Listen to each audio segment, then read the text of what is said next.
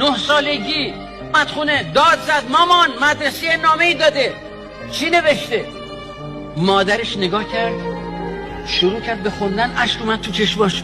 گفت خدای شکر، خدایا قربونت برم مدرسه هم فهمیده بچم نابغه است. گفت مامان چی نوشته؟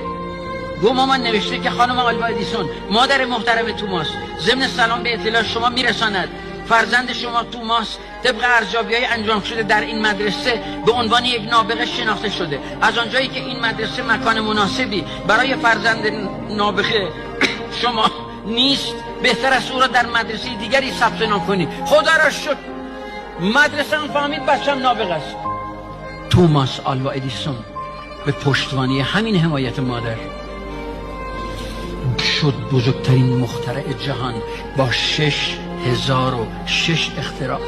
در 44 سالگی 5 سال بعد از مرگ مادر، زمانی که جایزه بزرگ لژیون دونور فرانسه رو گرفت، جایزه‌ای که فقط به قهرمانان جهان داده شد، 5 سال بعد از مرگ مادر با گریه اومد خونه داد میزد مادر کجایی ببینی که جایزه رو گرفتم، جایزه لژیون رو گرفتم.